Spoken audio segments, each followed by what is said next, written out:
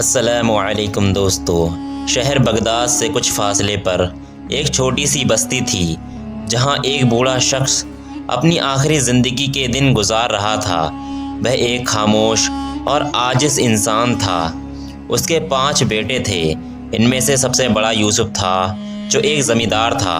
یوسف پورے دن کھیتوں میں محنت کرتا تھا، زمین کو سینچتا اور فصلوں کی دیکھ بھال کرتا تھا، لیکن والد کی خدمت کرتے ہوئے کبھی کبھار وہ اکتا جاتا اور دل ہی دل میں سوچتا کہ یہ ذمہ داری کب ختم ہوگی۔ شام کو یوسف تھکا ہارا کھیتوں سے لوٹتا تو اس کا بڑا باپ حکیم خاموشی سے بیٹے کی تھکن کو محسوس کرتا تھا۔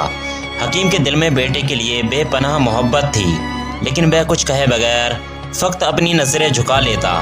کچھ عرصہ بعد حکیم اپنے بیٹے یوسف کے رویے میں تبدیلی محسوس کرنے لگا۔ وہ جانتا تھا کہ یوسف اپنی تھکن اور ذمہ داریوں کے بوجھ تلے دب چکا ہے، اور شاید اسے یہ محسوس ہونے لگا ہے کہ بوڑھا باپ اب اس کے لیے ایک بوجھ بن گیا ہے۔ یوسف کا روٹھا رویہ اس کے والد کو پریشان کرنے لگا۔ وہ اپنی زندگی کے آخری ایام سکون سے گزارنا چاہتا تھا، لیکن یوسف کی بے رحمی نے اسے غمگین کر دیا۔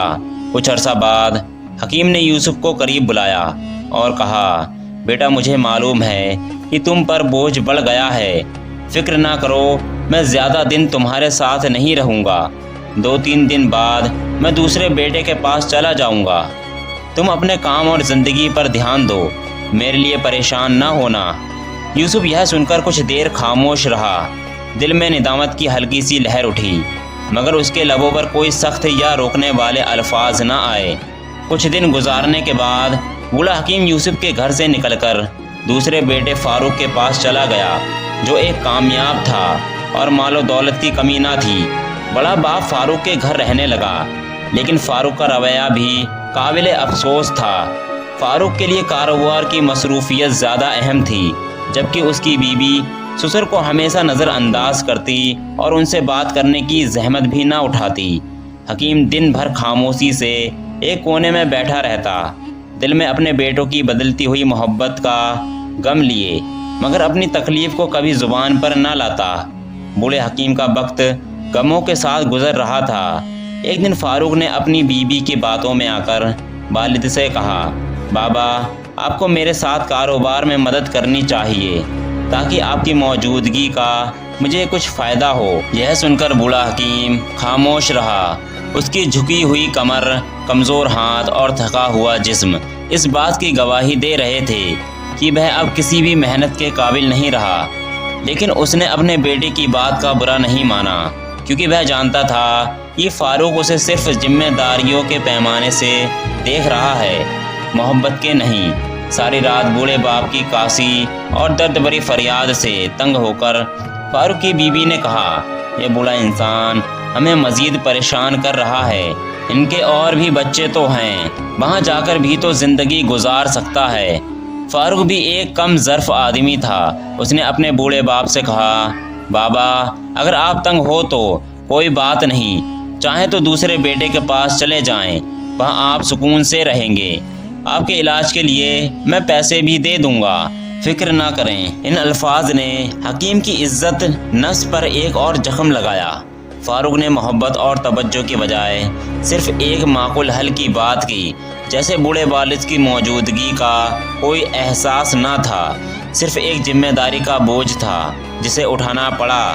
بوڑھا حکیم فاروق کے یہاں سے نکل کر تیسرے بیٹے عثمان کے پاس چلا گیا۔ عثمان ایک محنتی کسان تھا اور اپنی زمینوں پر کام کرتا تھا۔ اس نے اپنے والد کا احترام کیا، لیکن اس کے پاس بھی زیادہ وقت نہیں تھا۔ وہ دن بھر کھیتوں میں مصروف رہتا اور شام کو گھر آ کر بیوی بچوں کے ساتھ وقت گزارتا۔ بوڑھے والد کی بیماری اور دل کی گہری اداسی پر اس کا دھیان کبھی نہیں گیا۔ عثمان جب صبح کام پر جاتا تو اس کی بیوی ہمیشہ اپنے بچوں کو سسر کے پاس بٹھا کر ان سے کھیلنے کو کہتی۔ بوڑھا حکیم جو بیماریوں اور کمزوری سے کانپ رہا تھا، یہ منظر دیکھ کر دل میں شدید غم کا شکار ہو جاتا۔ عثمان کے گھر میں والد کی حالت مزید خراب ہوتی گئی اور آخرکار وہ وہاں سے بھی چلا گیا۔ اس بار اس نے چوتھے بیٹے احمد کے یہاں جانے کا فیصلہ کیا۔ احمد جو کہ ایک دھوکے باز اور لالچی انسان تھا اپنے والد کا استقبال کرنے کے لیے بہت خوش تھا۔ احمد کی خوشی محض لالچ کے باعث تھی، نہ کہ اپنے والد سے محبت کے۔ احمد نے اپنے والد کو عزت دی اور کہا بابا آپ کو یہاں رہنے میں کوئی تکلیف نہیں ہوگی۔ وقت کے ساتھ ساتھ احمد کو پتہ چل گیا کہ بوڑھے باپ کے پاس کوئی مال و دولت نہیں ہے، تو انہوں نے بھی باپ کو نظر انداز کرنا شروع کر دیا۔ احمد کی بیوی نے اپنے سسر کو ایک بوجھ سمجھ کر اس کی کوئی خدمت نہیں کی، بلکہ الٹا تکلیف دی۔ وہ ہمیشہ شکایت کرتی رہتی اور بوڑھے کو اپنے کاموں میں رکاوٹ سمجھتی۔ لیکن بیوی کا کیا قصور، جبکہ اپنے بیٹے روٹھ چکے تھے۔ احمد بھی اپنے کاروباری امور میں اتنا مگن ہو گیا تھا کہ اس نے اپنے والد کی حالت پر کوئی دھیان نہیں دیا۔ اس دوران بوڑھے کی صحت اور جسمانی حالت تیزی سے بگڑنے لگی۔ آخرکار ایک دن احمد نے بھی جواب دے دیا اور کہا بابا تم یہاں نہیں رہ سکتے، میرے پاس اتنا وقت نہیں ہے کہ تمہیں ہر وقت دیکھوں، تمہیں کہیں اور جانا ہوگا۔ اس کے بے درد الفاظ پر بوڑھے حکیم نے دل برداشت ہو کر آخری بیٹے عبداللہ کے یہاں جانے کا فیصلہ کیا۔ عبداللہ حکیم کا سب سے چھوٹا اور کم عمر کا بیٹا تھا، جو ایک غریب اور محنتی شخص تھا۔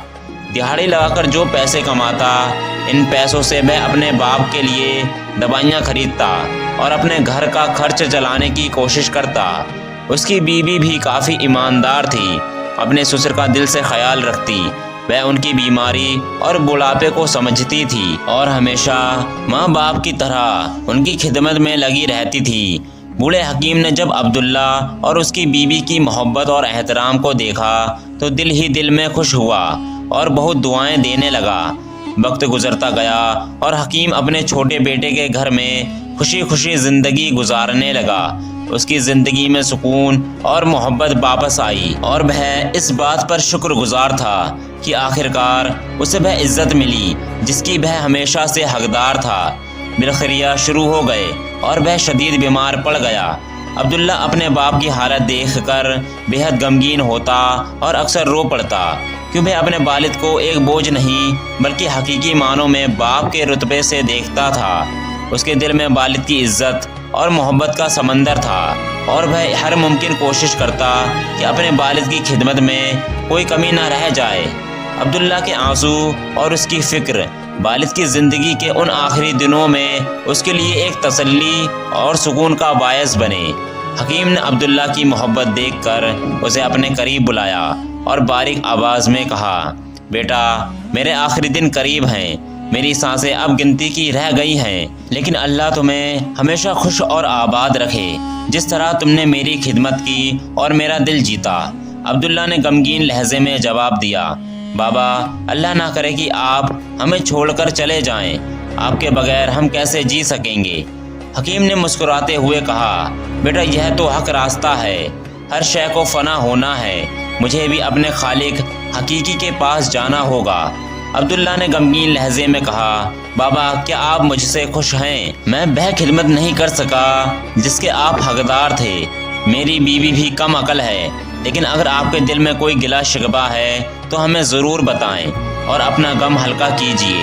حکیم نے گہری سانس لی اور عبداللہ کو کہا بیٹا ایک آخری بات ہے جو میں تم سے کہنا چاہتا ہوں، اور یہ ایک بڑی امانت ہے۔ میں نے اپنی زندگی میں تم پانچوں بیٹوں کا امتحان لیا، لیکن اس آزمائش میں صرف تم کامیاب ہوئے۔ بیٹا میرے مرنے کے بعد تم بغداد کی فلاں گلی میں جابر نام کے ایک بوڑھے شخص کے پاس جاؤ، اسے میرا نام لے کر کہنا کہ حکیم وفات پا چکا ہے اور وہ امانت جو میں نے اس کے پاس رکھی ہے وہ تمہیں دے دے۔ حکیم نے عبداللہ کے کندھے پر ہاتھ رکھ کر کہا جو امانت دے وہ تمہارے لیے ہے، اسے اپنے بیوی بچوں کی زندگی بہتر بنانے کے لیے استعمال کرنا، یہ میرا تمہارے لیے آخری تحفہ ہوگا، اور یاد رکھنا باقی بھائیوں کو کچھ بھی نہ دینا۔ اور بالآخر حکیم اس دنیا سے رخصت ہو گیا۔ حکیم کی وفات کا غم عبداللہ کے دل پر بجلی بن کر گرا، اس کی آنکھیں آنسو سے بھری ہوئی تھیں اور دل میں ایک بے پناہ خالی پن تھا۔ اس کی بیوی بھی شدت غم سے رونے لگی، کیونکہ اس نے حکیم کی خدمت دل سے کی تھی اور ان کا احترام کیا تھا۔ عبداللہ نے خود پر قابو پاتے ہوئے اپنے بھائیوں کو خبر دی اور انہیں جنازے میں شرکت کی دعوت دی۔ سب بھائی جو کبھی اپنے والد کو بوجھ سمجھتے تھے اب جنازے میں شریک ہو گئے۔ عبداللہ جو ہمیشہ ایمانداری اور محبت کا پیکر رہا، اس نے بھائیوں سے کہا، بابا جان نے مجھے ایک امانت سونپی تھی، مجھے یقین ہے کہ وہ کوئی قیمتی خزانہ ہوگا، لیکن اس میں سب بھائیوں کا حق ہے۔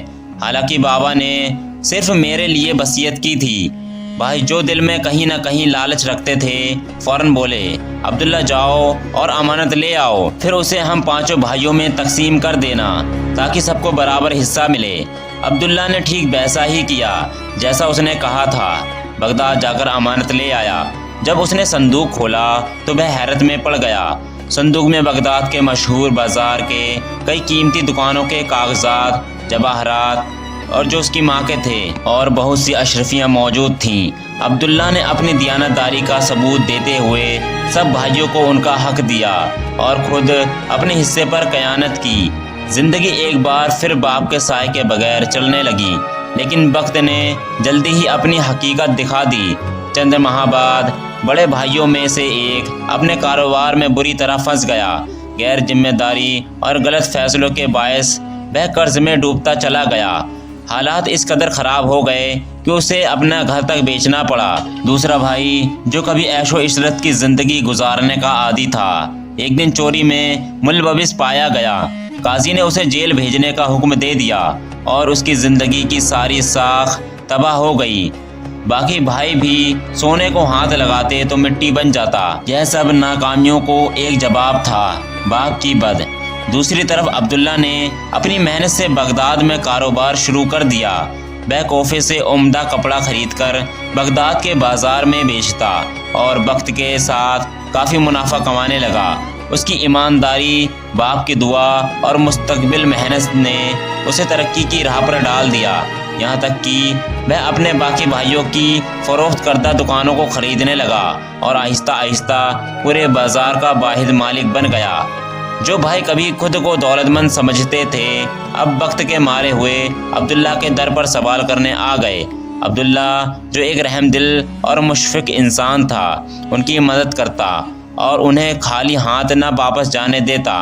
اس کا یہ رویہ اس کے والد کی سکھائی ہوئی اخلاق یاد کا آغاز تھا۔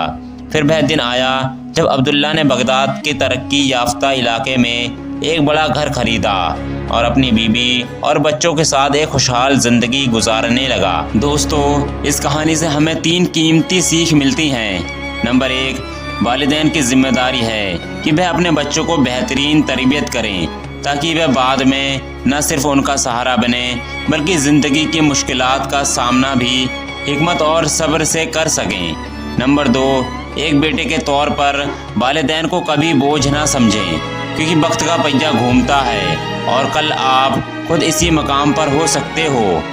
نمبر 3، والدین کے ساتھ محبت، عزت اور اچھا رویہ اختیار کرنا نہ صرف آپ کے مستقبل کو روشن کرتا ہے بلکہ آخرت میں بھی بے شمار انعامات کا باعث بنتا ہے۔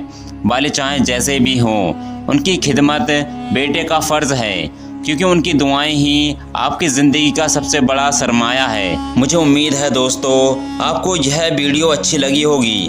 اگر ویڈیو اچھی لگی ہو تو ویڈیو کو لائک کریں اور ایسے ہی اور باقی سننے کے لیے ہمارے چینل کو سبسکرائب کریں۔